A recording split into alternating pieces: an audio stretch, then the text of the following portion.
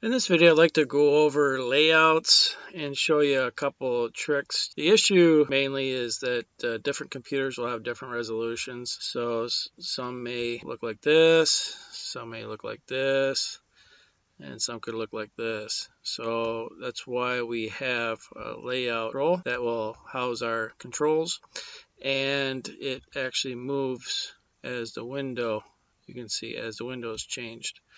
So sometimes you may not want, like these picture boxes are basically useless right now. So you may want to have that like a minimum width, or you may want to tighten up your layouts.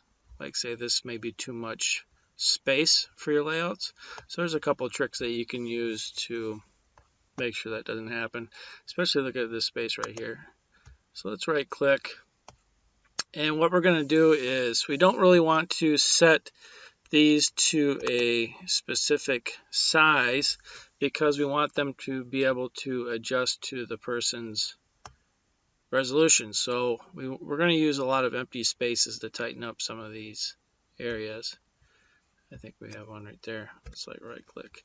So if we wanted to bring this up more because it's too much space, we can just use an empty space right down there, and you can kind of, so that propped everything up over here.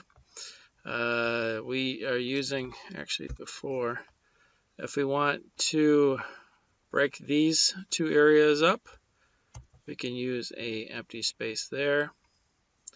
And if we want to control the size of this, right now we can't control the height of this, but if we were to add a empty space down here, we could control the height of that. Now say we want this to remain constant, space between these two fields. This is where you would use the size constraints, but we only want to lock the height. We want it to be able to move back and forth when the width is changed. So when we're changing the window size, you notice that these are basically almost unusable at this size, this resolution. Typically the computers won't have this type of resolution, but we would like to have at least a minimum of this showing to be useful. So what we can do is take that space right down here that we have, and we can say we want to lock in the width of that.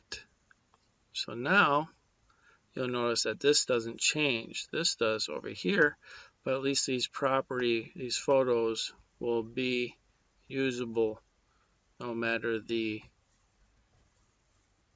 width. The only issue is these don't get bigger. As I said, you're going to want to use the empty spaces, and if you want spaces between some of these controls, you could add the empty space, and then you could maneuver these, because there's a lot of space right here. We don't really want this much space between the property, and we can lock in the width of that. That way if the height changes, it will go with the height. So now we got less space up here.